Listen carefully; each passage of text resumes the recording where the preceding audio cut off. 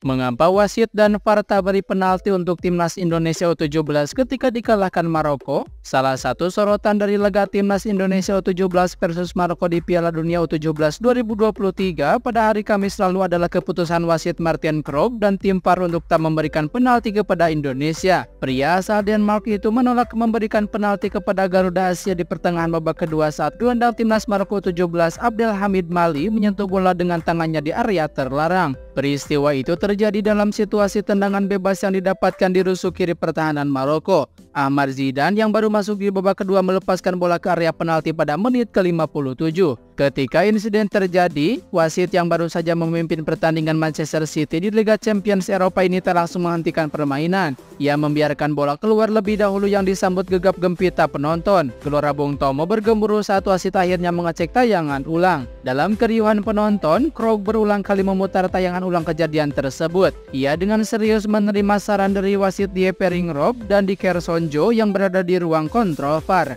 Bahkan usai melihat tayangan ulang pun, Krogh tak langsung memberikan keputusan. Ia terlihat melanjutkan diskusi dengan rekan-rekannya sebelum membuat keputusan final. Sayangnya itu bukan sesuatu yang diinginkan kebutuhan rumah. Ia menganggap apa yang dilakukan Abdelhamid Mali bukan sebuah pelanggaran yang layak dihukum penalti. Catatan buruk timnas Inggris meski kalahkan Malta di kualifikasi Euro 2024.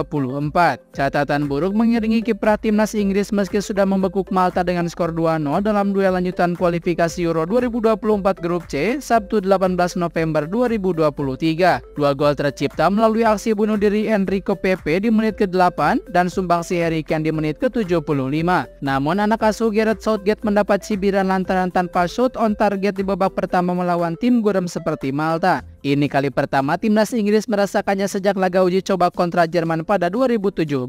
Mengenai catatan di atas, Southgate mengakui anak asuhnya memang tidak memulai pertandingan dengan baik. Itu adalah pertandingan di mana kami tidak memulai dengan baik dan saya telah berkecimpung dalam sepak bola untuk waktu yang lama dan tahu bahwa jika Anda tidak memulai dengan baik, maka akan sulit untuk bangkit, ujar Southgate. Meskipun begitu, Southgate menyebut anak asuhnya tetap layak mendapat pujian meski performa saat mengalahkan Malta tidak seperti biasanya.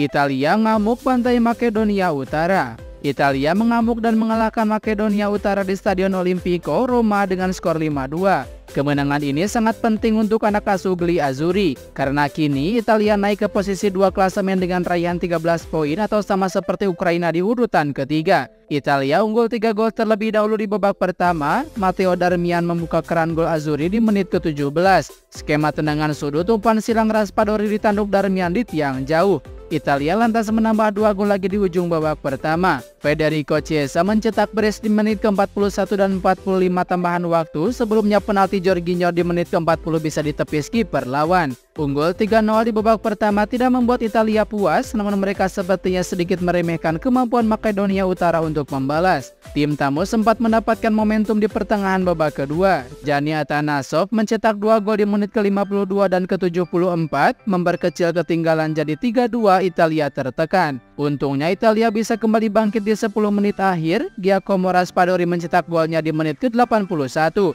Lalu Stefan El Shaarawy membungkus kemenangan dengan golnya di menit ke-90 extra time. Italia menundukkan Makedonia Utara dengan skor 5-2.